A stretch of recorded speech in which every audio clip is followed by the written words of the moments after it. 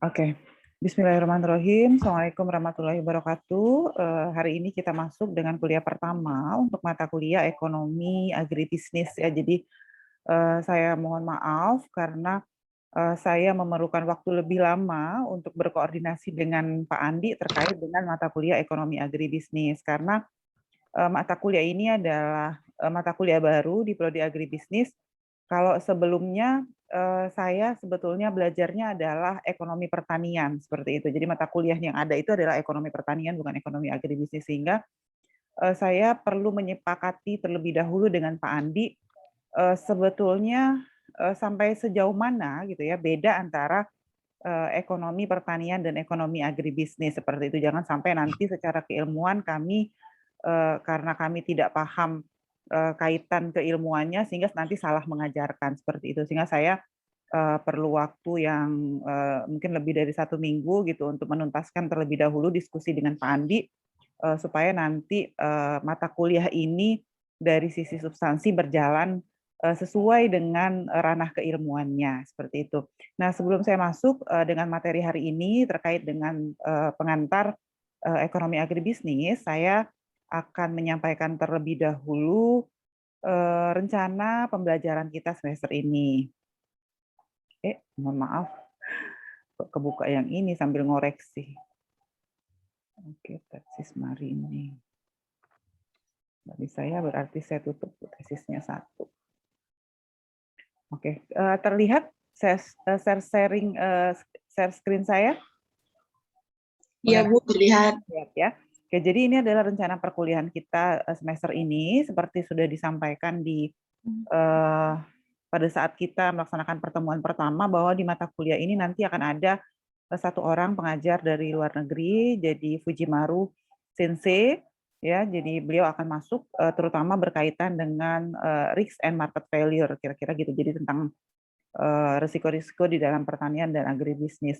Nah, sebelum saya menyajikan materi saya akan terlebih dahulu apa sih sebetulnya capaian pembelajaran. Jadi di pembelajaran ini dibebankan ada capaian program studi, yaitu menjunjung tinggi nilai kemanusiaan, dalam menjalankan tugas berdasarkan agama, moral, dan etika. Kemudian standar keempatnya adalah berperan sebagai warga negara yang bangga dan cinta tanah air. Kemudian KIP 2-nya adalah memiliki kemampuan untuk memahami pengetahuan dan teknologi dalam bidang agribisnis. Kemudian CPMK mata kuliahnya terutama berkaitan dengan peningkatan kemampuan dalam bahasa Inggris. Nah, deskripsi mata kuliah, ekonomi agribisnis adalah mata kuliah yang akan memberikan paket ilmu dasar dan terapan, metode dan alat analisis yang akan membekali mahasiswa dengan kemampuan untuk memahami, menerapkan, dan menganalisis agribisnis sebagai unit bisnis dan sistem kegiatan penciptaan nilai tambah, mulai dari pengadaan input, produksi primer, pengolahan, distribusi, pemasaran, perdagangan internasional, pasar ekonomi makro untuk komoditas pertanian. Ya. Nah, ini adalah materi-materi yang akan kita pelajari, yang rencananya akan kita pelajari. Yang pertama adalah pengertian dan ruang lingkup ilmu ekonomi, ilmu pertanian, agribisnis, dan peran khusus ekonomi agribisnis. Lalu minggu depan kita akan mempelajari perilaku konsumen, permintaan dan penetapan harga produk agribisnis.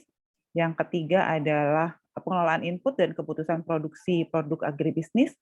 Minggu keempat, biaya produksi, penawaran, dan penetapan harga. Yang kelima adalah pembentukan harga pasar produk pertanian. Lalu yang keenam kita akan masuk dengan ujian pertama. Jadi pertemuan keenam itu akan ada ujian pertama. Setelahnya di pertemuan ketujuh itu Sensei akan masuk dengan conflict and risk detection and management in agriculture and agribusiness. Di pertemuan ke-8 ada market failure in agriculture and agribusiness. Lalu nanti Sensei akan memberikan ujian. Ujiannya bisa tugas nanti kemudian di email dan sebagainya ya. Jadi tidak harus tatap muka. Lalu dengan Pak Andi nanti akan masuk mengenai pasar, kompetisi, regulasi, dan manajemen pemasaran produk pertanian. Lalu ada sistem pendukung agribisnis jasa, kemudian macroeconomic linkage to agribisnis, ada agribisnis and regulasi makroeconomics, lalu perdagangan internasional produk agribisnis, dan agribisnis future market. Dan di pertemuan ke-16 mahasiswa akan mendapat ujian ketiga. Nah, untuk buku sebetulnya kami agak kesulitan mencari buku yang agriculture in agribusiness sebetulnya gitu. Yang banyak itu adalah agriculture economics ya. Jadi ada satu buku yang saya dapat itu judulnya adalah Agriculture Economics and Agribusiness tahun 2001, boleh dipinjam nanti ada di Prodi. Ya, kemudian yang ini juga ada Agriculture Economics tahun 2011. Yang lebih baru sebetulnya yang ini, tapi kalau yang pertama Agriculture Economics and Agribusiness dia menjelaskan apa sih sebetulnya gitu ya? Apakah ada beda antara agriculture economics and agriculture agribusiness? Jadi sebagai peneliti, sebagai calon-calon ilmuwan ya, kita perlu memahami ranah keilmuannya seperti apa. Pengajar yang pertama adalah Profesor Andi Mulyana, yang kedua saya, dan yang ketiga nanti ada Profesor Dr. Miho Fujimura. Jadi Fujimura Sensei nanti kita panggilnya. Beliau dari Human Ecology Department Saga University. Sebetulnya beliau sudah beberapa kali datang ke Indonesia dan ke Unsri ya, karena beliau pernah memiliki beberapa riset dengan dosen-dosen di Unsri ya. Jadi sebetulnya sudah familiar dengan Universitas Sriwijaya. Untuk bahan ajar ya, kemudian absensi, kemudian video pembelajaran itu nanti bisa diakses oleh mahasiswa di e-learning, termasuk juga pelaksanaan ujian dan kuis. Semua kalau untuk saya akan saya masukkan di e-learning, tapi untuk Sensei Fujimura mungkin nanti beliau akan sampaikan ke saya, nanti saya yang upload ke e-learning karena Sensei nggak punya akses untuk bisa masuk ke dalam e-learning ya. Ini adalah penjelasan singkat saya terkait dengan perkuliahan kita semester ini. Silakan sebelum saya masuk dengan materi perkuliahan kita yang pertama, yaitu pengantar ekonomi agribisnis. Silakan. Ada yang ingin bertanya? Kuliah yang lain sudah jalan semua ya? Oke. Ada masalah? Sudah, Bu. Lancar ya? Nggak ada masalah? Lancar, Bu. Oke, alhamdulillah. Ya, silakan. Kalau tidak ada, berarti saya bisa masuk dengan materi kuliah kita hari ini. Nah, kenapa jumlah kita 15, harusnya 14? Ada yang pakai 2 perangkat?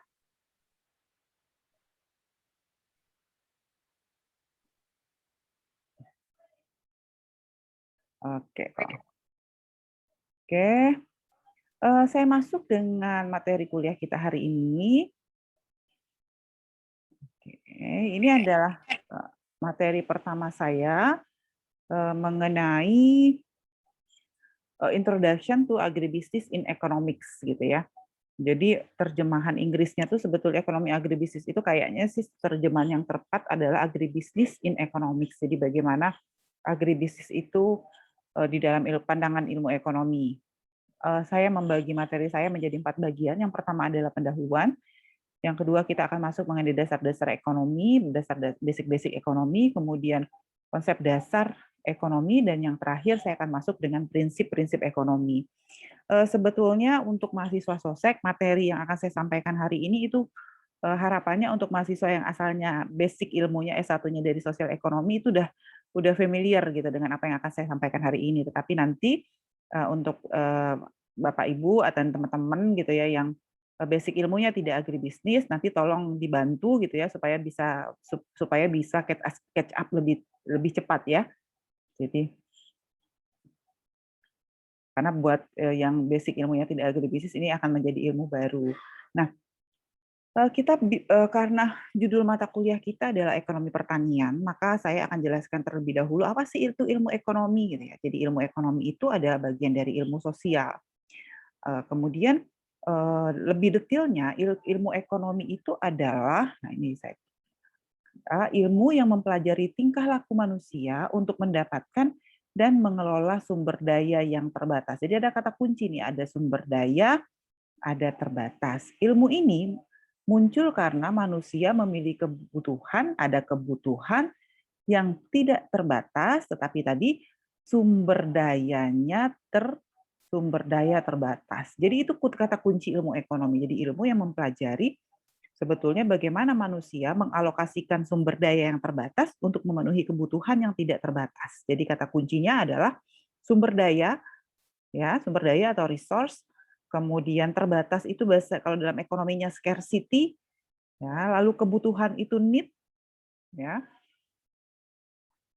kemudian dia need-nya tidak terbatas. Maka nanti ada satu, ya, untuk mengelola ini nanti kalau dalam kata kunci bahasa Inggrisnya adalah choice. Jadi manusia itu akan diminta untuk memilih sumber daya yang terbatas itu supaya nanti dia bisa memenuhi kebutuhannya yang tidak terbatas, ya. Jadi ada resources, ada scarcity, ada need, ada kebutuhan, dan ada choice. Choice itu pilihan. Nah, dalam konteks yang lebih rinci, ilmu ekonomi terbagi menjadi dua. Ada ilmu ekonomi makro dan ilmu ekonomi mikro. Jadi di mata kuliah ini kita nanti akan mempelajari ekonomi agribisnis itu dalam konteks mikro dan juga dalam konteks makro. Ya, jadi saya akan lebih banyak bahas yang ekonomi agribisnis mikro dan Pak Andi akan banyak membahas pada ekonomi agribisnis makro.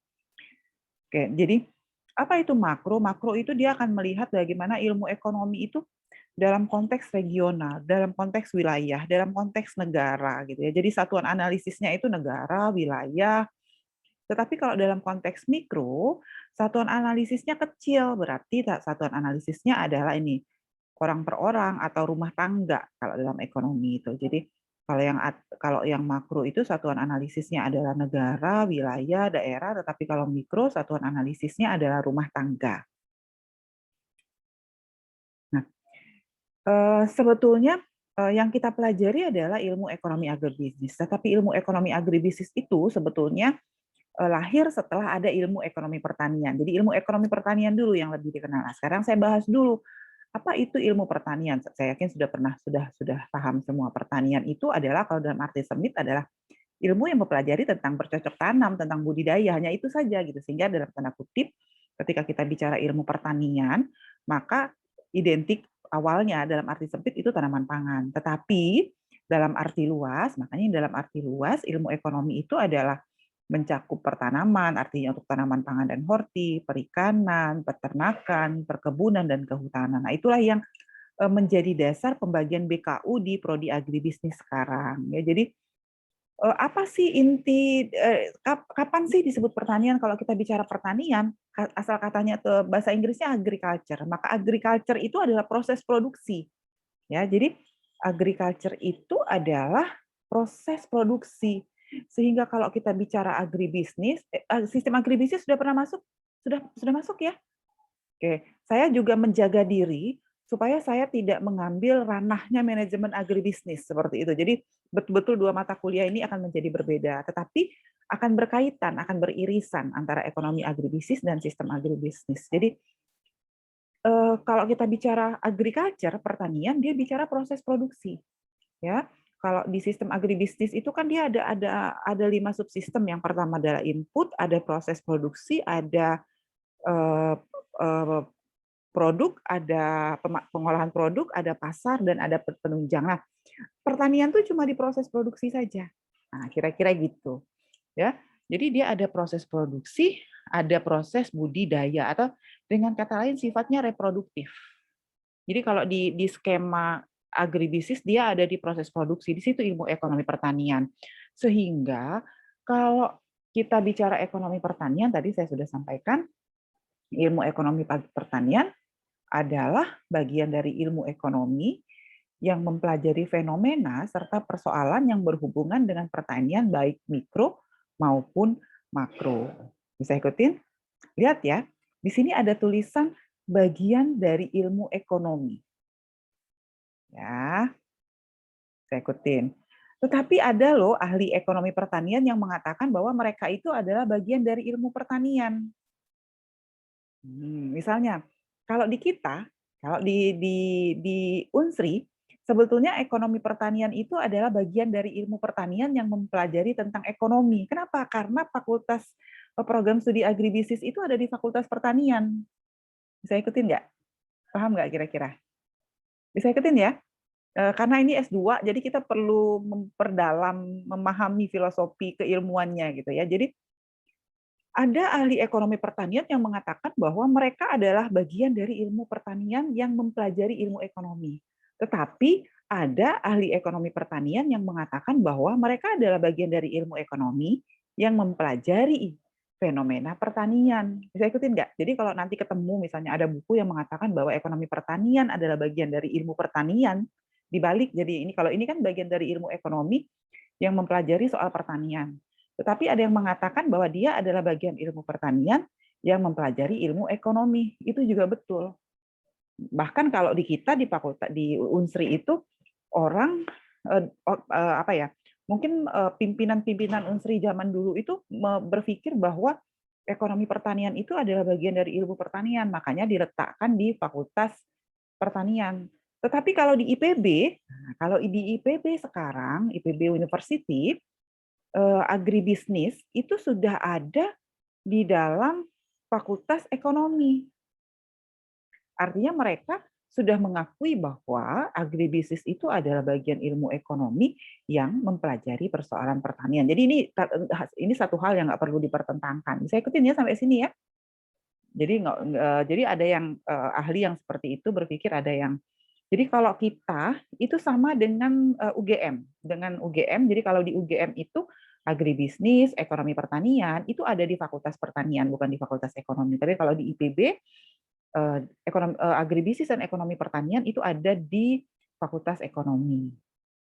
Sehingga ekonomi pertanian tuh kira-kira irisan seperti ini, dia mengiris ekonomi, mengiris pertanian. Inilah ekonomi pertanian.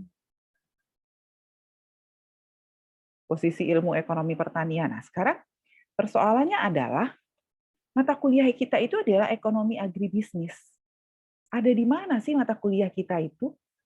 Oke, ada nggak kira-kira yang bisa ngasih pendapat ya?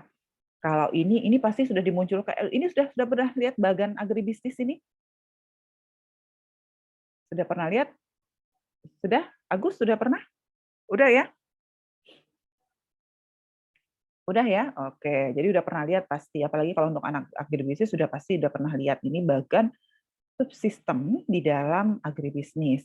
Jadi kata agribisnis itu pertama kali diperkenalkan oleh John Davis dan Goldberg ini tahun 1957 yang menyatakan bahwa agribisnis adalah jumlah keseluruhan semua operasi ya mulai dari sistem inputnya, distribusi, produksi, penyimpanan, distribusi produk ya. Nah, ada nggak yang bisa memberikan pendapat? Ya, tentu saja di dalam agribisnis ini manajemen agribisnisnya pasti ada kegiatan ekonomi. Ya, pasti di dalam sistem ini ada kegiatan ekonomi. Ketika misalnya seorang ini kan ada industri ya, jadi bagaimana petani kemudian dipacu untuk menghasilkan bibit. Ya, petani padi itu bisa memilih mau menghasilkan beras atau menghasilkan bibit. Nah, misalnya gitu. Pasti dasar perhitungannya adalah perhitungan ekonomi. Pasti pertama kali yang dilihat oleh petani itu apa coba? Kalau petani disuruh milih mau menghasilkan benih padi atau menghasilkan beras. Kira-kira dasar perhitungan petaninya apa? Ada nggak yang bisa bantu jawab? Anggia, coba Anggia. Keuntungan. Keuntungan. Pasti yang dia lihat pertama adalah keuntungan gitu ya. Maka sebetulnya di dalam sini ada aktivitas ekonomi juga.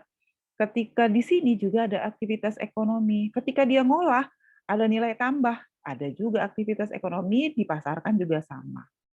Ya, jadi artinya ketika kita bicara agribisnis, mulai dari hulu sampai dengan pemasaran, itu semua ada aktivitas ekonomi. Makanya mata kuliah kita disebut dengan ekonomi agribisnis. Artinya, ekonomi agribisnis kita itu kita tidak hanya cuma lihat dari sisi produksinya, tetapi mulai dari hulu, dari input, proses produksi, kemudian pengolahan, output, sampai dengan barang dipasarkan. Itu ekonomi agribisnis.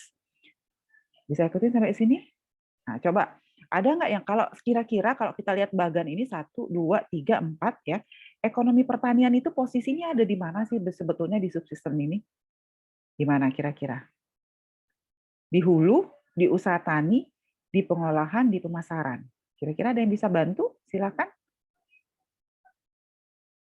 Ais, bisa bantu Ais? Ekonomi pertanian itu ada di mana sih kira-kira kalau dilihat ini?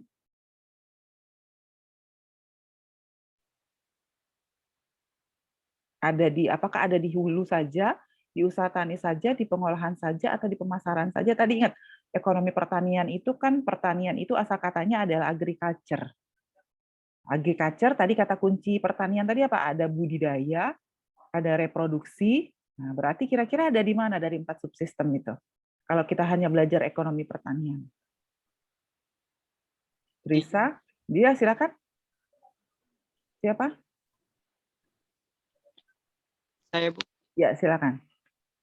Di bagian tengah antara subsistem usaha tani dan subsistem pengolahan. Di tengah ya, berarti kira-kira di sini betul? Di sini? Iya. Oke. Ayo, Zetira, bisa bantu? Di mana Zetira? Makasih, Agus. Di mana? Bu, kalau ekonomi pertaniannya saja, di subsistem pengolahannya, Bu. Pengolahan. Ke usaha taninya, Bu. Karena kalau pertaniannya hanya proses produksinya saja. Jadi pertanian itu ada di mana kira-kira? Kalau dia hanya proses produksi? Di subsistem usaha tani kayaknya, Bu. Usaha tani. Jadi kalau kita belajar ekonomi pertanian, sebetulnya kita tuh hanya belajar di sini. Tetapi kalau kita belajar ekonomi agribisnis, ya, maka kita belajar di sini semua. Jadi ini semua ada aktivitas ekonomi. Karena kan ekonomi pertanian, pertaniannya tadi agriculture. Kan gitu. Agriculture itu kata kuncinya adalah produksi, ada reproduksi, ada budidaya. Berarti cuma di sini. Itulah kenapa kita mengembangkan diri menjadi agribisnis. Istilah agribisnis mulai diperkenalkan tahun 1957, karena itu sebetulnya di luar sejak tahun 1960-an, orang lebih mengenal agribisnis daripada ekonomi pertanian. Jadi kadang-kadang ada dalam tanda kutip, ada yang mengatakan bahwa ekonomi pertanian itu kita sering bicaranya hanya tentang rural gitu ya, tentang pedesaan saja. Tapi kalau sudah bicara agribisnis, bisa bicara semua kegiatan usaha tani yang ada di kota, ada di desa, di kota, dan di daerah pinggiran. Bahkan ada yang sampai ekstrim mengatakan seperti itu. Bisa ikutin sampai sini? Jadi kalau kita bicara agribisnis, ekonomi agribisnis, kita bicara semua subsistem. Kita bicara semua aktivitas ekonomi yang ada di semua subsistem agribisnis. Tapi kalau kita bicara ekonomi pertanian, itu cenderung lebih sempit. Ya, bisa ikutin sampai sini? Ini sepemahaman saya ya. Jadi saya tuh memahaminya seperti itu. Jadi setelah saya coba membaca, mencari informasi terkait bagaimana kaitan sebetulnya posisi ekonomi pertanian dan posisi ekonomi agribisnis itu ada di mana gitu. Saya memahaminya seperti itu. Jadi jangan sampai nanti misalnya nih ada yang jadi dosen gitu ya di mana gitu. Nanti karena tidak paham keilmuan agribisnisnya gitu ya. Keilmuan agribisnisnya kemudian jadi dosen di tempat yang lain mau buka program studi itu kebalik gitu loh. Yang lebih besar malah jadi BKU-nya, misalnya BKU-nya malah agribisnis gitu ya. Program jurusannya ekonomi pertanian misalnya itu yang perlu kita inikan. Jadi dia harus lebih luas ya. Jadi saya lanjutin. Nah, tetapi ya ada beberapa buku yang mengatakan bahwa sebetulnya dari sisi yang dipelajari ya, dari sisi yang dipelajari nanti kita akan belajar permintaan penawaran, kita akan belajar pemasaran, kita akan belajar teori biaya, optimasi produksi, itu sebenarnya sama. Hanya tempat mengaplikasikannya yang berbeda. Jadi kalau misalnya bisa saja kita bicara biaya dari sisi biaya dan keuntungan untuk menghasilkan benih misalnya sebagai input produksi, biaya dan keuntungan untuk menghasilkan beras, biaya dan keuntungan untuk melakukan pengolahan, ya jadi berasnya diolah menjadi tepung beras misalnya. Nah itu ilmu ekonominya sama. Jadi sebetulnya dari sisi keilmuan ya di bukunya Kramer yang tadi yang nomor 1 kalau di RPS, there is no much different. Jadi sudah sebetulnya dari sisi keilmuan tidak terlalu banyak gitu. Beda antara tradisional agriculture economy dan agribisnis ya at the land grant college and university. Jadi karena yang dipelajari itu sama mulai dari input masuk ke produksi, kemudian masuk ke output, lalu ke pasar dan didukung oleh kelembagaan. Sampai sini silakan jika ada yang mau ditanyakan. Jadi dasar ilmu yang akan kita pakai adalah dasar-dasar ilmu ekonomi. Sebetulnya kalau kurikulum yang lama atau untuk mahasiswa S1 program studi agribisnis, ilmu ekonomi agribisnis ini menjadi 2 mata kuliah ekonomi mikro, mata kuliah ekonomi makro, bahkan ada juga mata kuliah ekonomi pertanian, pengantar ekonomi pertanian kalau di S1. Nah, kalau yang sekarang di program studi agribisnis, ini sudah kita gabung jadi mata kuliah ekonomi agribisnis. Jadi ini adalah sebetulnya gabungan dari mata kuliah ekonomi makro, kalau di S1 ekonomi mikro, lalu ekonomi pertanian. Ya, jadi dasarnya sama, sehingga kita bergeraknya dari dasar-dasar ilmu ekonomi. Nah, tadi saya sudah sampaikan, ilmu ekonomi itu adalah ilmu yang mempelajari tingkah laku manusia untuk mendapatkan dan mengelola sumber daya, ya, dalam rangka manusia itu memenuhi kebutuhan dan keinginan yang tidak terbatas. Tadi saya sudah sampaikan, maka ada 4 kata kunci, kata kuncinya adalah needs itu kebutuhan, yang kedua adalah choice itu adalah ada pilihan, manusianya memilih, lalu ada sumber daya yang dipilih, dan sumber daya tadi jumlahnya terbatas atau scarce atau langka. Ya, sumber terbatas atau langka itu masuknya scarcity, kategorinya dalam agribisnis, ya. Nah, ilmu ekonomi ini pertama kali diperkenalkan oleh Adam Smith tahun 1776. Jadi Adam Smith mengatakan adanya mekanisme pasar, produksi, permintaan, dan sebagainya itu tahun 76 dalam bukunya Wealth of Nation. Ya, jadi pertumbuhan ekonomi dan sebagainya itu pertama kali diperkenalkan oleh Adam Smith tahun 1776. Nah, apa sih dasar keputusan ekonomi? Kenapa sih kita harus melakukan aktivitas ekonomi? Jadi setiap sistem ekonomi harus menyelesaikan 5 isu dasar. Yang pertama adalah apa yang diproduksi. Ya, jadi apa yang diproduksi? Apa? What to produce. Yang kedua, kalau kita sudah tahu, oh saya mau memproduksi beras, maka yang selanjutnya adalah bagaimana berasnya diproduksi. Oh, kalau karena sekarang lahan irigasi sudah semakin terbatas, bahkan bahan irigasi di Belitang akhir-akhir ini itu sudah terkonversi bukan hanya menjadi perumahan, ya, bukan hanya menjadi pabrik, bahkan yang dekat dengan aliran primer itu sekarang sudah jadi perikanan. Jadi nanti ini bisa jadi basic riset juga ya, nanti kalau misalnya ada yang tertarik untuk riset. Jadi di daerah Belitang itu sudah banyak yang di daerah dekat-dekat saluran primer itu bahkan sudah jadi kolam ikan gitu, sudah terkonversi. Artinya lahan irigasi sudah makin terbatas. Bagaimana kita mengatasinya? Oh, kita coba buka lahan lebak. Bisa, oh coba buka lahan pasang surut. Tapi lahan lebak dan pasang surut ini kan punya banyak keterbatasan. Nah, ini how to produce.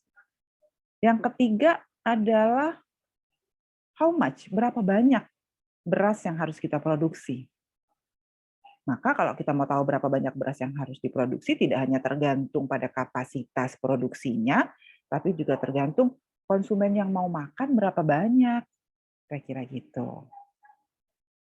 Lalu kita juga akan menyelesaikan isu kapan sih berasnya mau diproduksi, ya?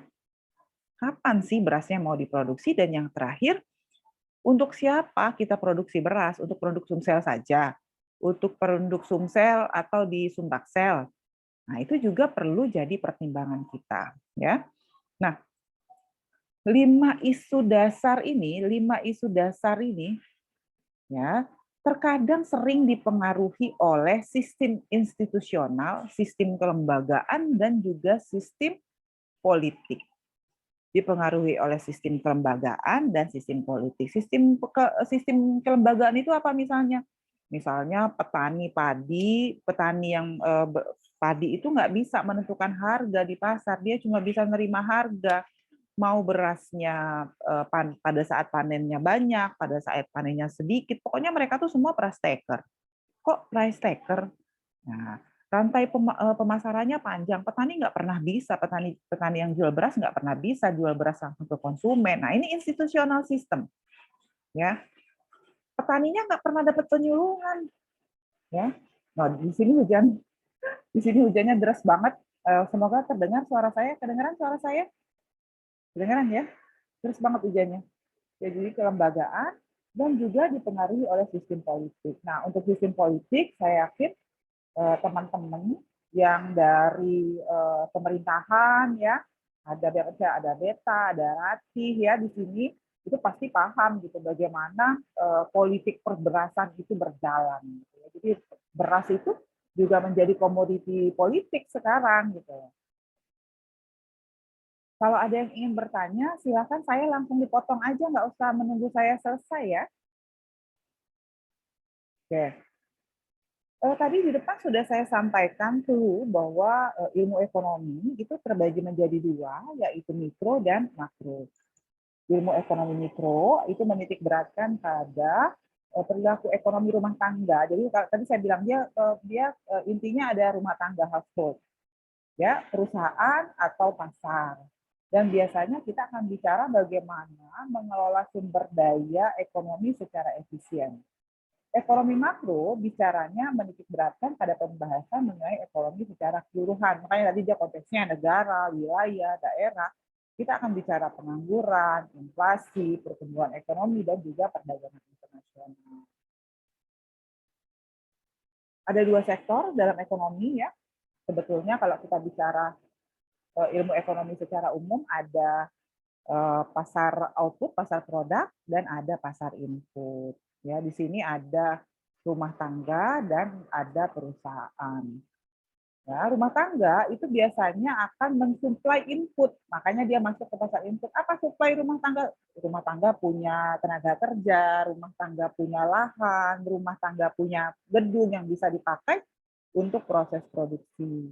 Input, ya, rumah tangga mensuplai input. Inputnya ini nanti akan diminta oleh perusahaan untuk melakukan proses produksi. Perusahaan melakukan proses produksi, maka mereka akan menawarkan produksinya ke pasar output. Ya, jadi output yang dihasilkan oleh perusahaan nanti akan dijual untuk memenuhi kebutuhan rumah tangga. Kira-kira gitu ya. Jadi ini input yang disediakan oleh rumah tangga itu ada labor, ada tenaga kerja, ada modal, ada lahan, ya. Oke, ini kegiatan ekonomi. Secara umum kegiatan ekonomi ada 3, ya. Ada, kalau ini ada produksi dulu. Produksi pelakunya adalah produsen. Kalau produksi pelakunya produsen. Lalu ada distribusi atau pertukaran. Biasanya pelakunya adalah pedagang. Dan yang ketiga adalah kegiatan konsumsi. Biasanya pelakunya adalah konsumen. Jadi ada konsumsi, ada produksi, ada pertukaran atau distribusi. Ini adalah 3 kegiatan ekonomi. Aktornya siapa? Oh, tadi saya sudah sampaikan aktornya. Sebetulnya tadi kalau kita bicara yang 3, aktornya itu hanya produsen, konsumen, kemudian pasar. Ya. Tetapi dalam konteks pemerintahan, biasanya pemerintah tidak bisa begitu saja melepaskan diri ketika ada interaksi antara produsen dan konsumen di pasar. Biasanya ada campur tangan pemerintah yang mengatur dan mengurus penjualan dan pembelian. Nah, sumber daya ekonomi apa saja?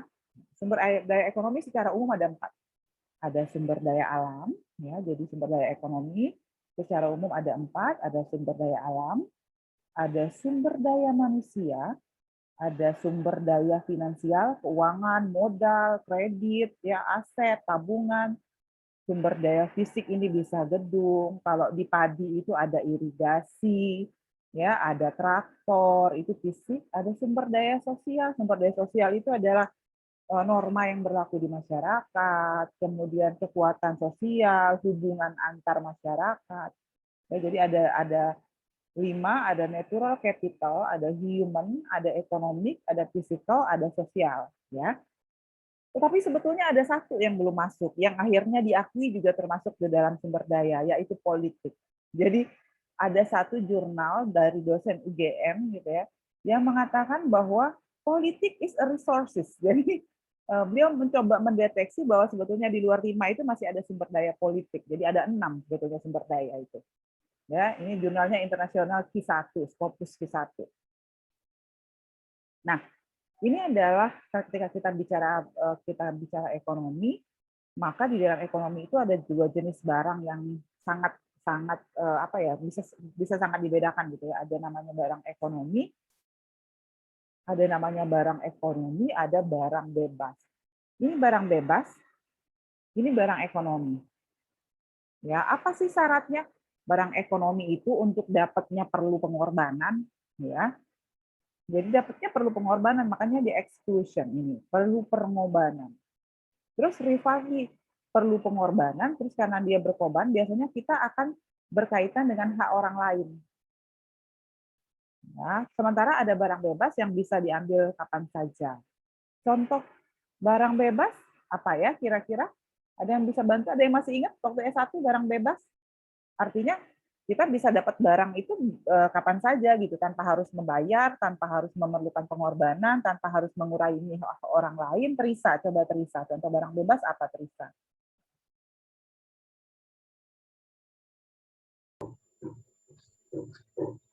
Halo Bu, Ya, silakan. barang bebas itu barang yang eh, tersebar luas di masyarakat tanpa perlu pengorbanan untuk mendapatkannya. Ya. Maksudnya itu enggak limited edition kayak gitu. Oh iya. Oke, contohnya apa coba, nggak limited edition itu coba? Kayak kebutuhan sehari-hari misalnya Bu. Kebutuhan sehari-hari yang seperti apa? Kalau kita beli sayur di pasar, barang bebas nggak kira-kira? Barang bebas Bu. Kalau kita beli sayur di pasar, tapi kan ada Maaf, pengorbanan. barang bebas tuh contohnya kayak air gitu. Air. Kalau airnya di botol, barang bebas nggak? Bukan lagi Bu. Bukan Kalau lagi. Oke, jadi barang bebas itu adalah barang yang kita dapat tuh begitu saja gitu. Kalau sekarang kita menikmati menghirup udara segar gitu ya. Jadi sekarang kita bisa bernapas dengan lega gitu ya. Udara itu menjadi barang bebas buat kita sekarang, ya enggak? Tapi kalau kita pergi ke rumah sakit, ada orang pakai oksigen, ya. Buat mereka itu udara, oksigen itu sudah tidak lagi menjadi barang bebas, tapi sudah menjadi barang ekonomi. Bisa ikutin? Ya karena kita dapat sekarang tuh gratis tuh sudah bisa ini. Jadi betapa hanya sekedar menghirup oksigen saja sudah luar biasa sebetulnya ya. Jadi nikmatnya itu. Jadi karena dia barang bebas untuk kita karena kita sehat. Air tadi Teresa sudah bilang air, betul Teresa. Jadi air itu bisa jadi barang bebas, tapi juga bisa jadi barang ekonomi. Kalau kita lihat air yang ada di sungai, kemudian kita bisa pakai kapan saja bebas gitu. Barang bebas air. Tapi kalau misalnya kita pakai airnya PDAM, kita beli air kemasan, itu sudah jadi barang ekonomi. Bisa ikutin ya. Jadi kalau barang bebas kita bisa dapat begitu saja gitu, tanpa harus melalui pengorbanan. Jadi ada barang yang pada posisi tertentu bisa berlaku sebagai barang bebas, bisa berlaku sebagai barang ekonomi. Hati-hati. Bisa ikutin ya? Jadi nanti kalau kasih contoh, seorang ekonom itu kalau kalau kasih contoh tuh harus konkret gitu, contohnya apa gitu ya, supaya nanti orang tuh menerima penjelasan kita itu dengan baik. Oke, selanjutnya saya akan masuk dengan beberapa konsep gitu ya, yang sering yang sering sekali dipakai dalam ilmu ekonomi. Yang pertama adalah biaya oportunitas atau opportunity cost. Ya, opportunity cost itu adalah alternatif yang tidak jadi dipilih gitu ketika kita mengambil sebuah keputusan. Jadi alternatif yang kita tinggalkan. Misalnya nih saya saat ini saya punya 2 kegiatan yang bisa saya laksanakan. Yang pertama saya ngajar, ya, saya ngajar ekonomi agribisnis, tapi saya juga sebetulnya bisa memilih untuk ngajar diklat gitu lah misalnya gitu, yang dapat honor sekian misalnya. Tapi saya milih ngajar. Maka opportunity cost saya adalah tidak bisa ngajar diklat. Bisa ikutin nggak kira-kira?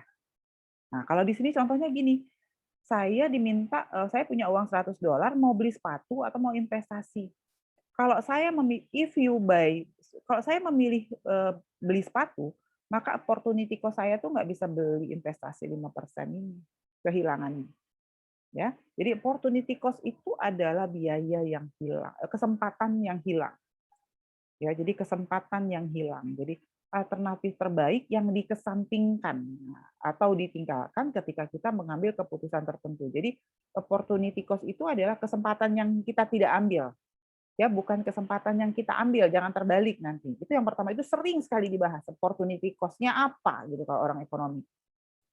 Yang kedua ada konsep marginal. Nah, ini kan sekarang di kelas ini ada teman-teman non teknis yang S1-nya basicnya tidak agribisnis. Nah, di agribisnis itu sering kita bicara apa yang disebut dengan marginal. Ya. Apa itu marginal? Kalau di coba Mutiara. Mutiara kalau lahan marginal di PU itu kalau lahan marginal itu berarti lahannya kayak mana ya Mutiara ya? Silakan Mutiara. Mutiara. Nah, mana Mutiara? Oh ya. Belum aktif speakernya, Mut. Ya. Kalau lahan marginal itu selama ini kita mengenalnya kayak apa sih? Lahan marginal. Misalnya ada kayak bencana gitu, Bu. Nah, bisa kan misalnya dari dari tekstur tanahnya atau daripada tanahnya kan berubah, Bu, gitu, Bu. Jadi karena perubahan alam yang terjadi gitu, Bu. Makanya Mungkin kan jadi bisa kayak kasusnya tuh bisa penurunan atau peningkatannya. Jadi dia tuh kayak ada trennya, Bu. Jadi pada saat ini kan mungkin karena ada misalnya kerusakan sumber daya ataupun lahan gitu kan, jadi menyebabkan penurunan daripada kualitas gitu, Bu. Atau juga bisa juga peningkatan gitu. Oke, jadi Tergantung marginal itu sebetulnya nurun atau naik kalau di itu sebetulnya? Kalau di teknik orang-orang teknis itu? Marginal tuh Coba penurunan, Bu. Penurunan. Kalau Mbak Beta silakan Mbak. Kalau marginal, orang lahan marginal, petani marginal gitu. Itu biasanya kesannya negatif atau positif ya? Lahan marginal itu lahannya subur atau enggak kira-kira? Silakan. Kalau marginal lahannya nggak subur. Nggak subur ya. Kalau petani marginal itu miskin atau sejahtera petaninya? Miskin. Miskin. Jadi kalau di orang-orang teknis gitu ya sering mengatakan marginal itu dengan konteks yang negatif. Kalau lahan marginal itu berarti nggak subur. Kalau petani nggak marginal itu berarti petani miskin. Seperti itu. Nah, dalam ekonomi juga ada istilah marginal. Tapi jangan nanti ketika kita bicara biaya, nanti ada biaya marginal, ada penerimaan marginal, ada produk marginal.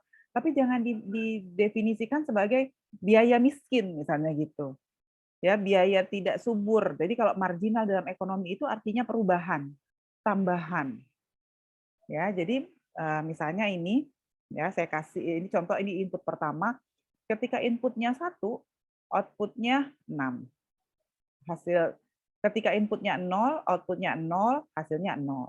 Ketika inputnya 1, ya, ketika inputnya 1, outputnya naik jadi 6. Maka marginal produk itu artinya tambahan produknya 6, dari 0 ke 6.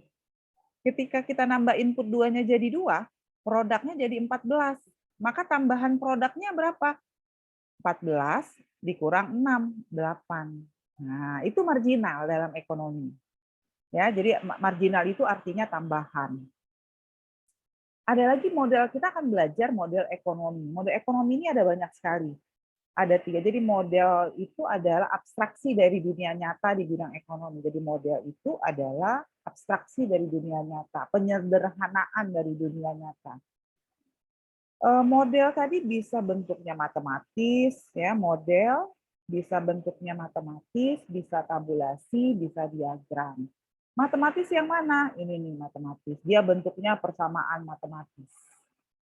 Ya, tabulasi yang mana? Ini nih tabulasi. Ini pendapatan, ini konsumsi. Oh, kalau tahun 2004, kalau pendapatan masyarakat 110, maka konsumsinya 120. Kalau tahun 2005, pendapatannya 140, konsumsinya 140, tabulasi.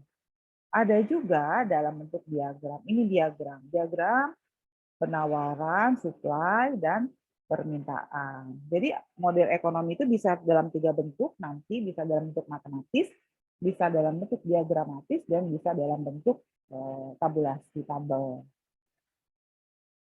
Ada lagi istilah ceteris paribus. Jadi tolong jangan lupa ya, kita sudah punya istilah opportunity cost, marginal, economic model. Nah, ini yang keempat ada namanya ceteris paribus. Ya, dia berasal dari bahasa Latin sebetulnya, yang artinya ketika semua kondisi lain sama, with all other things equal.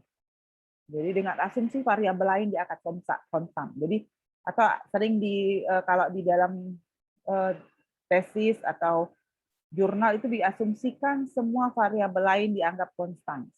Nah, kata diasumsikan semua variabel lain dianggap konstan itu kita cukup diwakili dengan kata ceteris paribus. Ya, misalnya kita mengatakan bahwa jika harga meningkat, jika harga naik, maka konsumsi barang turun. Nah, itu koma ceteris paribus. Artinya apa? Ceteris paribus dengan asumsi variabel lain tetap. Kan yang banyak yang mempengaruhi konsumsi tidak hanya harga ya, ada pendapatan. Jangan-jangan ya kalau kita tidak bilang ceteris paribus, pada saat harga naik, konsumsi barang naik, tidak sesuai sama teori. Konsumsi barang naik. Kenapa naik? Oh, rupanya harusnya kan kalau harga naik, konsumen nggak mau beli dong. Tetapi ternyata konsumen mau beli. Kenapa? Oh, ternyata karena pendapatannya naik. Berarti tidak ceteris paribus. Nah, gitu ya. Jadi ada kata ceteris paribus. Jadi dalam analisa-analisa ekonomi, kita akan menyertakan kata ceteris paribus. Ya. Di mana faktor lain dianggap konstan. Yang kelima, yang sering dibahas dalam ilmu ekonomi adalah diminishing return. Jadi pasti sering dengar hukum the law of diminishing return. The law of hukum kenaikan hasil yang semakin berkurang. The law of diminishing return, ya. Apa itu? Di sektor pertanian, kalau kita bicara sektor industri, ya, kalau kita bicara sektor industri, di industri itu kalau saya gambarkan hubungan antara input dan output, ini adalah X misalnya input, ini adalah Y di industri, ya. Kalau saya nambah input, inputnya saya tambah, ini titik-titik biasanya gitu ya. Berapa aja kita nambah input, biasanya produk outputnya pasti nambah kalau di industri. Maka kurvanya sudutnya positif. Itu kalau di industri kayu misalnya ya, kalau agroindustri mebel misalnya, ya berapa aja kayu masuk pasti nanti jumlah kursi dan mejanya tambah banyak gitu.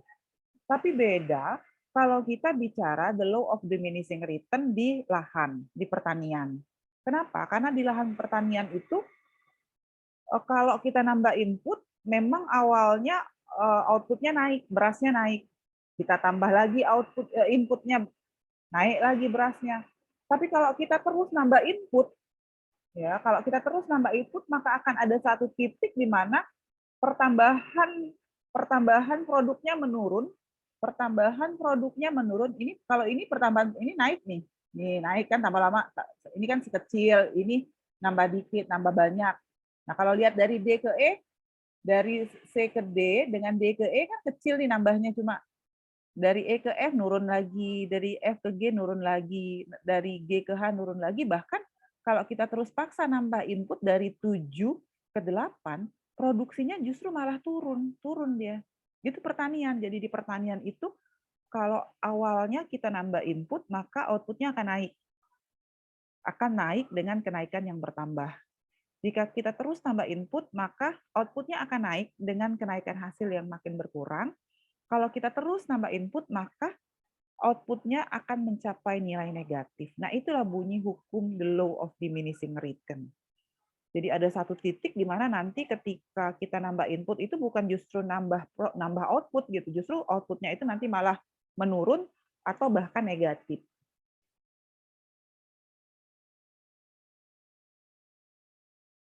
Ada yang mau ditanyakan? Silahkan. Jadi namanya the law of diminishing return. Jadi ada opportunity cost, saya ulang lagi ya, ada marginal, ada model ekonomik, jadi economic model, ada diminishing return, ada ceteris paribus, ya itu beberapa istilah yang sering banget dipakai dalam agribisnis. Nah, yang terakhir adalah logical fallacy. Jadi karena ekonomi itu banyak bicara tentang statement-statement gitu ya. Jadi mengambil, maka kadang-kadang ada statement yang salah kemudian diakui sebagai kebenaran, namanya logical fallacy. Jadi logical fallacy itu diartikan sebagai sebuah pernyataan yang salah karena adanya penarikan kesimpulan yang salah, bahasa yang salah, bukti yang tidak valid, atau sering disebut kalau bahasa Indonesianya sesat pikir. Logical fallacy dapat kita artikan sebagai kesalahan dalam penalaran yang membuat seseorang menjadi berpikirnya itu menjadi tidak valid. Ya, logical fallacy. Logical fallacy dalam ekonomi ada 3, ada post hoc fallacy. Itu when occurs kejadian when we assume that karena satu event terjadi maka akan terjadi event berikutnya. Ya, jadi satu kejadian akan menyebabkan kejadian berikutnya. Itu post hoc fallacy. Ada yang failure to hold everything constant.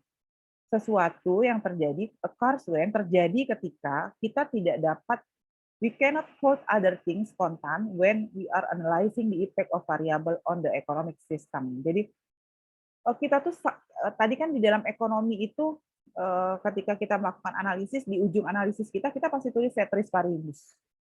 Variabel lain konstan. Variabel lain kita lihat. Padahal dalam dunia nyata, variabel ekonomi itu nggak bergerak sendiri gitu loh. Jadi kita tuh sebetulnya nggak bisa dalam variabel ekonomi itu mengatakan harga naik, konsumsi turun gitu. Ceteris paribus. Padahal konsumsi itu banyak variabel yang mempengaruhi. Nah, kadang-kadang ketika kita menggunakan kata ceteris paribus, itu ada logical fallacy yang kita ambil. Ya, kemudian ada fallacy of composition yang terjadi, that what is true for the part is also true for the whole. Jadi komposisi itu kalau satu mengatakan benar, maka yang lain setuju semua. Kira-kira gitu. Misalnya gini, ada yang dekat gitu ya, saya bersahabat dengan beberapa orang, 5 orang gitu ya, deket banget gitu. Pokoknya apapun yang orang itu katakan pasti nanti teman-temannya bilang benar, ya kira-kira gitu. Nggak tahu apakah yang dibilang temannya itu benar betul-betul benar atau tidak. Nah itu fallacy of composition. Jadi saking akrab, sebegitu akrabnya, sebegitu dekatnya, jadi kadang-kadang sampai ketika temannya itu menyatakan statement yang sebetulnya salah gitu ya, terus tetap dianggap benar. Nah itu fallacy of composition. Jadi satu mengatakan kalau satu menyatakan bahwa seperti itu, maka yang lain akan ikut. Ya. Nah ini adalah di dalam ekonomi yang paling gampang mendeteksi contoh dari logical fallacy itu adalah pendapat bahwa kalau tabungan naik, ya, kalau tabungan naik, ini ada contoh pendapat bahwa peningkatan tabungan yang pada umumnya merupakan nasihat yang baik bagi individu selama masa ekonomi saat ini yang buruk, sebenarnya dapat memperburuk ekonomi makro yang menyebabkan penurunan pendapatan agregat dan secara paradoks justru menurunkan tabungan. Gitu. Kayak sekarang misalnya, gitu ya, karena kondisi kita lagi rumit, gitu ya. Akhirnya dari sisi rumah tangga mencoba untuk membatasi konsumsi. Dari sisi rumah tangga betul membatasi konsumsi, jadi mereka memilih nabung daripada konsumsi. Logikanya kalau banyak yang nabung daripada konsumsi berarti uang di banknya banyak, gitu kan ya. Tetapi logika ini salah gitu. Kenapa? Karena ketika rumah tangga memutuskan menabung, maka konsumsinya rendah. Kalau konsumsinya rendah, berarti pembelian dari perusahaan, produk-produk perusahaan itu akan menurun. Kalau produk perusahaannya menurun, maka pendapatan nasional justru turun. Pendapatan nasional turun, maka pendapatan rumah tangga akan turun. Nah ini akan turun. Akhirnya apa kalau pendapatan rumah tangga turun? Savingnya jadi turun. Nggak bisa nabung lagi. Nah itu, ini adalah paradox of trade gitu ya, yang mengatakan bahwa peningkatan tabungan gitu ya tidak selalu punya dampak positif atau dampak baik gitu terhadap rumah tangga dan juga pergerakan ekonomi ya. Kemudian ada beberapa prinsip ekonomi yang perlu saya sampaikan juga, bahwa ada prinsip pengambilan keputusan. Yang pertama, ketika seorang individu itu akan mengambil keputusan, dia biasanya akan ada trade-off. Nah, trade-off tadi berkaitan dengan opportunity cost. Memilih satu kesempatan, maka kesempatan yang lain pasti tidak bisa dipilih. Karena ada trade-off, maka dia pasti ada biaya opportunity atau ada opportunity cost. Ya. Apa dasar memilih? Dasar memikirnya pasti orang itu akan rasional. Jadi individu itu pasti akan selalu berpikir rasional.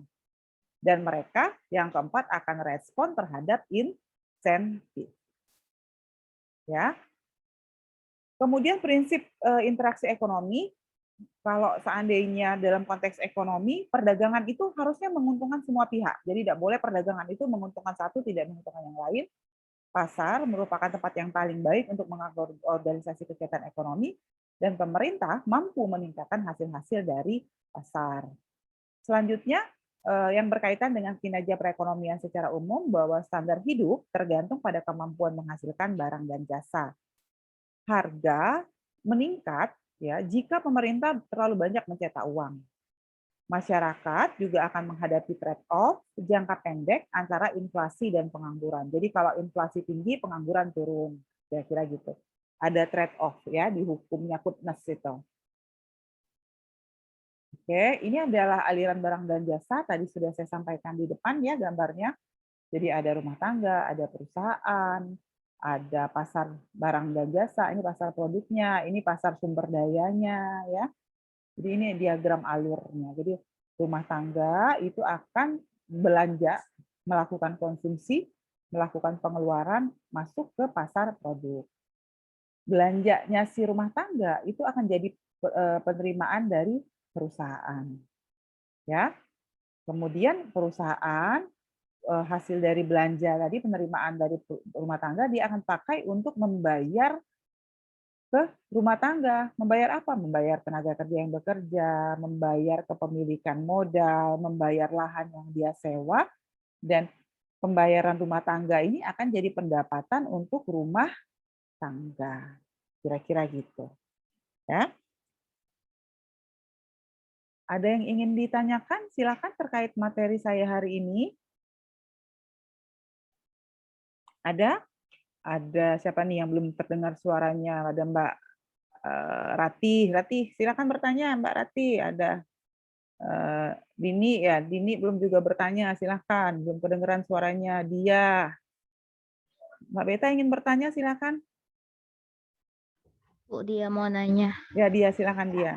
Tadi tuh awalnya tuh mau nanya di awal kan tadi kan Ibu bilang kalau ekonomi agribisnis itu dimulai dari subsistem usaha tani. Ekonomi pertaniannya. Nah, sedangkan tadi dia berpikirkan ekonomi pertanian itu kan dimulai dari pembenihan atau pembibitan.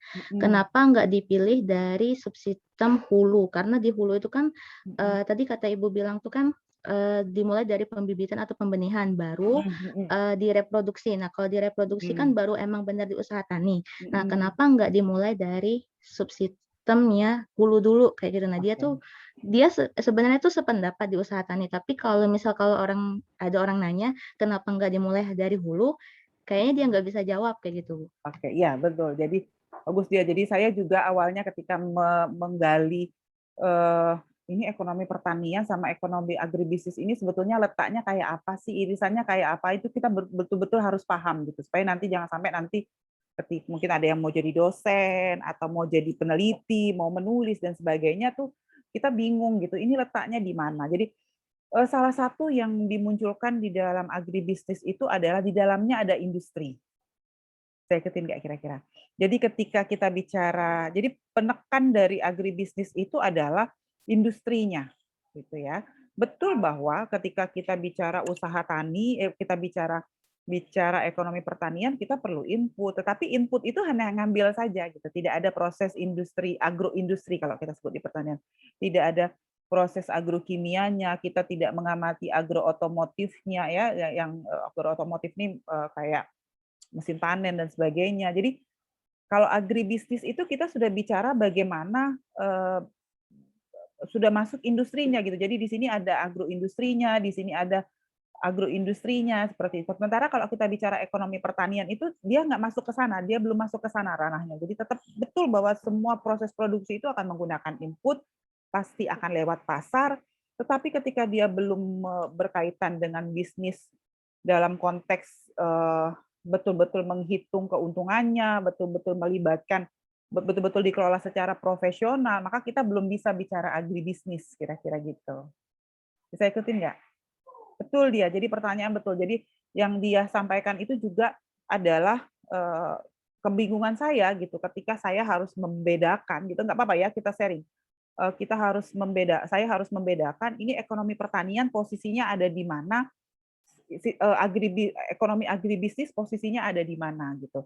Makanya saya lebih menekankan bahwa ekonomi pertanian sebetulnya ada di sini, tetapi tentu saja kegiatan produksi itu tidak bisa berjalan tanpa ada input, tanpa ada output, dan tanpa ada pasar, ya nggak? Jadi di ekonomi pertanian itu tetap ada. Makanya di dalam ekonomi pertanian tetap ada input, tetap ada budidaya, tetap ada output, tetap ada pasar. Tapi apa bedanya dengan agribisnis? Kalau di agribisnis, inputnya tuh sudah masuk ke dalam input industri perbenihan, kira-kira gitu. Outputnya itu sudah diolah dalam bentuk nilai tambah. Jadi tidak hanya jual gabah kering panen masuk ke pasar. Nah, kalau jual gabah kering panen langsung ke pedagang, itu masih ekonomi pertanian, belum agribisnis. Saya ikutin enggak? Dia? Gimana dia? Ya Bu, terus ada lagi Ya, pertanyaan. silakan. Tadi kan barang bebas sama barang ekonomi. Mm-mm. Nah, kan barang bebas tuh kan Bu yang tidak kita harus ada kayak bersinggungan dengan Pengorbanan. orang lain. Ya. Nah, itu bisa contohnya kan tadi air, udara, pasir dan lain-lain. Mm-mm. Sedangkan kalau semua yang dia sebut tadi, kalau misalnya udah orang membutuhkan atau kayak oksigen terbatas, air terbatas, itu jadi barang ekonomi. Nah, Mm-mm. jadi penjelasan barang bebas itu berarti misal adalah barang yang tidak membutuhkan pengorbanan akan tetapi kayak gitu Bu, ada Enggak. tetapinya atau ada barang bebas yang benar-benar pure barang bebas kayak gitu nah Iya. Bu. Karena dia nggak bisa bedain barang bebas, misal dia barang bebas air, tapi air kalau diperjualbelikan jadi barang ekonomi. Mm-mm. Udara kalau dijualbelikan berarti barang ekonomi. Jadi dia belum ketemu benar-benar barang bebas di pikiran dia kalau misal kasih contoh kayak gitu Bu. Ya, oke. Ya, betul. Jadi dia ketika kita mendefinisikan barang bebas dan barang ekonomi, kita hanya melihat dari sisi apakah perlu pengorbanan atau tidak. Apakah bersinggungan dengan hak orang lain atau tidak. Kondisinya itu, makanya tadi saya bilang, kita nggak bisa bilang air. Nggak bisa bilang air. Kenapa? Karena kalau air saja, nggak jelas penjelasannya. Ya, air di mana? Air seperti apa? Makanya tadi saya bilang, ketika tadi siapa Zetira yang bilang air ya? Zetira yang bilang air tadi ya? Bukan. Maka saya bilang kalau air di kemasan gimana? Maka kalau kita bicara tentang barang bebas, contohnya harus konkret, harus jelas gitu, tidak boleh abstrak. Jadi tidak boleh air, nggak boleh air, karena air itu banyak jenisnya sekarang. Dulu air barang bebas gitu. Sekarang ada air yang tidak merupakan barang bebas. Berarti air yang mana? Air yang masih ada di sungai, yang bisa diambil tanpa itu. Jadi itu harus seperti itu menyebutkannya. Tapi kalau air kemasan itu pasti barang ekonomi. Jadi dia harus diikuti dengan ciri khususnya apa dari barang-barang tersebut. Ya, oksigen gitu ya. Oksigen terbuka, oksigen di lapangan terbuka itu adalah barang bebas. Tapi oksigen di rumah sakit itu adalah barang ekonomi. Saya ikutin nggak kira-kira? Ya, jadi harus diikuti dengan ciri spesifik dari barang tersebut. Jadi nggak boleh nyebutnya udara, air. Tapi kalau di SMA mungkin ya kali udara, air masih karena ngapal seperti itu ya. Tapi kalau kita sudah apalagi sudah di S1, sudah di S2, kita harus sudah lebih spesifik mendefinisikan mana barang bebas, mana barang ekonomi gitu. Nanti kita akan ketemu barang-barang yang lain, barang normal, barang given, barang inferior gitu ya di dalam kuliah-kuliah selanjutnya. Jadi pahami dulu bahwa sekarang ada dua barang. Nanti barang ekonomi itu ada macam-macam. Ya. Jadi barang ekonomi itu nanti akan ada macam-macam. Kalau berdasarkan pendapatan ada 3 nanti. Berdasarkan harga ada 3 juga jenisnya barang ekonomi. Ya, seperti itu. Jadi definisinya tetap sama, tetapi pada saat kita memberi contoh, kita harus memberi contoh yang spesifik, ya, termasuk karakteristik barang. Oke, silahkan ada lagi yang mau bertanya. Terima kasih dia.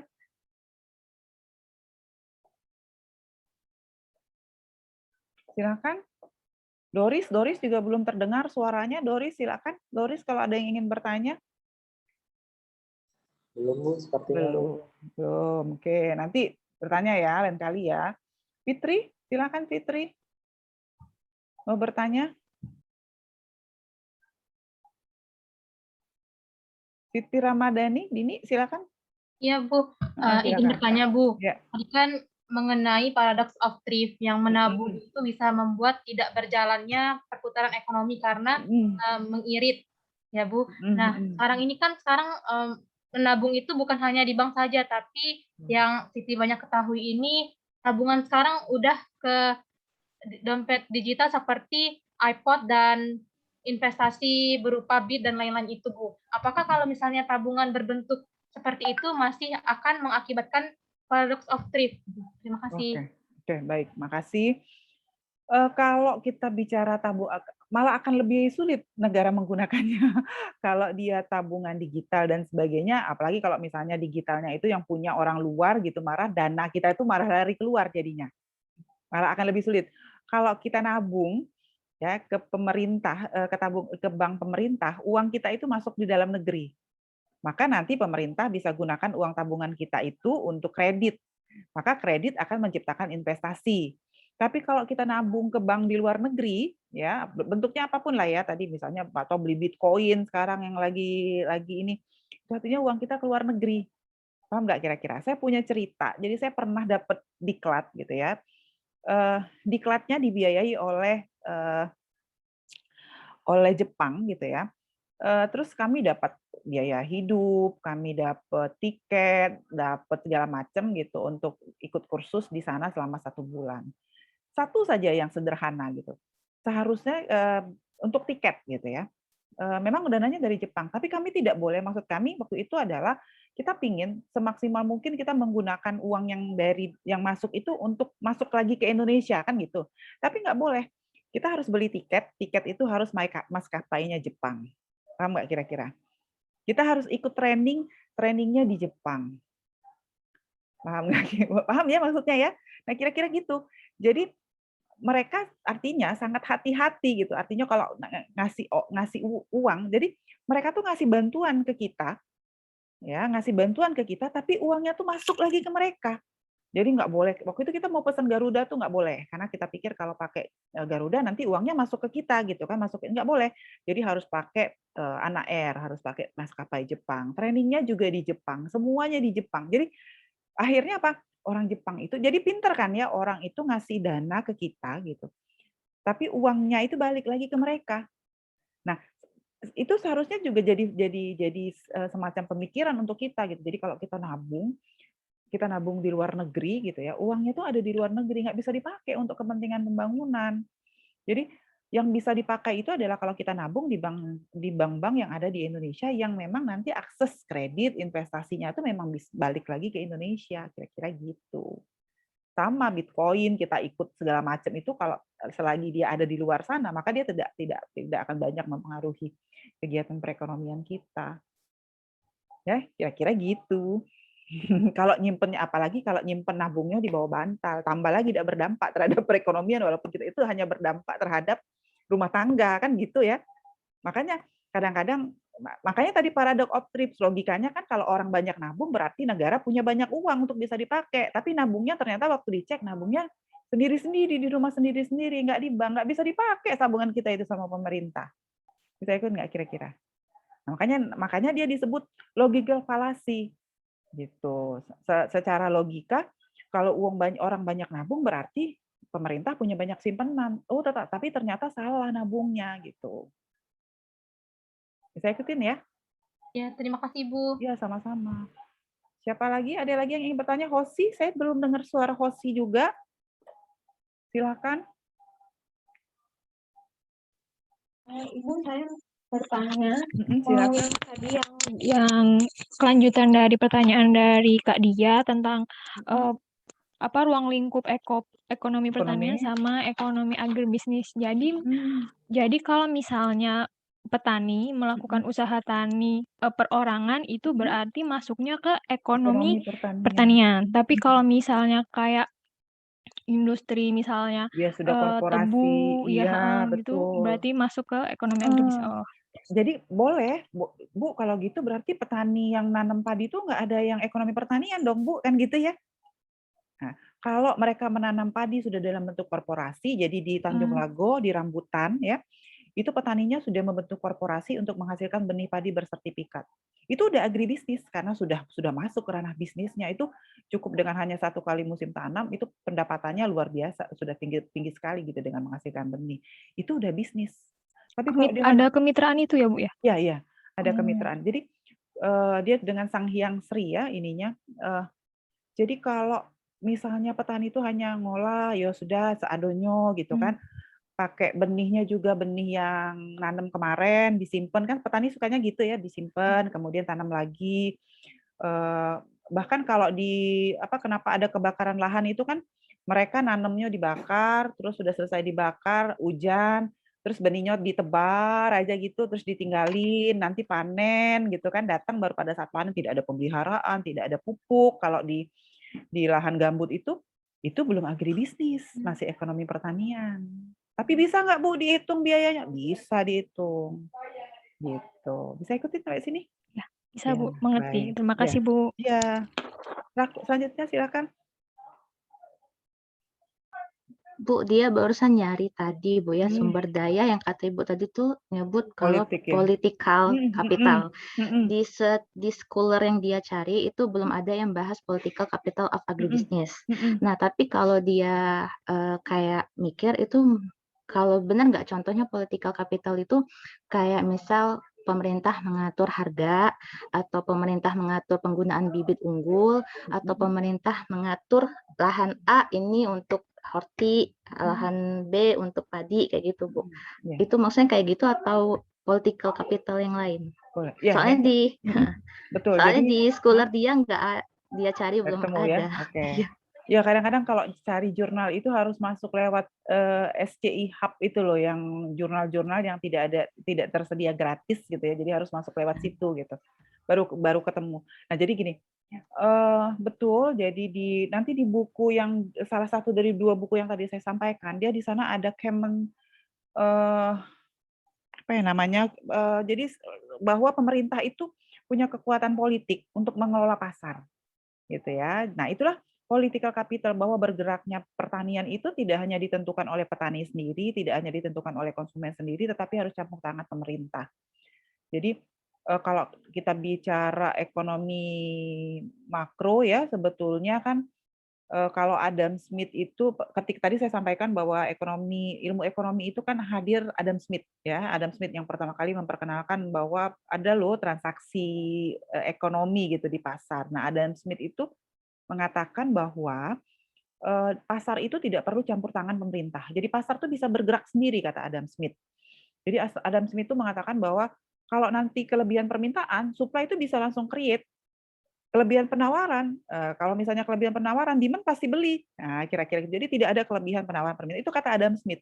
Nah, tetapi teorinya Adam Smith ini runtuh gitu ya ketika terjadi depresi besar-besaran di Amerika Serikat. Jadi waktu itu ada revolusi sampai dengan revolusi industri di Amerika Serikat yang mengakibatkan akhirnya orang mempercayai bahwa nggak bisa loh teori Adam Smith itu terjadi. Teori Adam Smith itu hanya nggak bisa. Jadi harus ada invisible hand. Jadi harus ada orang di luar itu yang mengatur gitu. Nah, itulah munculnya teori kalau di ekonomi makro itu teorinya Keynesian. Jadi Keynesian itu mengatakan bahwa pasar itu bisa kok sebetulnya melakukan penyesuaian gitu ya. Jadi bisa melakukan penyesuaian sendiri tapi tetap harus dibantu oleh pemerintah. Karena itu hampir sekarang semua kebijakan pemerintah itu ikut andil. Nah, itulah political capital gitu. Jadi political capital itu bisa sebetulnya awalnya political capital itu maknanya positif. Ya enggak? Artinya dia membantu ekonomi itu bergerak supaya menuju ke keseimbangan. Ya, tetapi kalau sekarang ini political capital-nya sudah macam-macam kan gitu dalam tanda kutip. Jadi kita bicara misalnya kalau political capital di bidang impor beras. Jadi ilmunya nanti sudah mengarah ke political capital itu sudah mengarah ke ekonomi kelembagaan sebetulnya. Kalau dapat ya kalau ekonomi kelembagaan ya kemarin waktu di S1 ya. Jadi dia mengarah ke ekonomi kelembagaan. Jadi bagaimana ada rente ekonomi yang muncul ketika kita bicara ekonomi capital, ketika ada free rider gitu di sana gitu yang muncul. Jadi orang-orang yang karena punya sumber daya kapital, mereka cenderung mengejar rente ekonomi, keuntungan secara ekonomi yang dalam tanda kutip negatif, dapat fee dari impor misalnya. Itu rente ekonomi. Kemudian free rider yang nggak ngapa-ngapain terus dapat keuntungan dari pasar. Nah, itu free rider. Ya. Jadi larinya nanti sebetulnya political capital itu nanti larinya ke ekonomi kelembagaan, ke rente dan sebagainya. Jadi sebetulnya dari sisi riset tuh luas banget yang bisa kita lakukan. Gitu ya. Oke. Ada lagi? Silahkan. Mutiara, ada yang mau ditanya, Mbak Mutiara?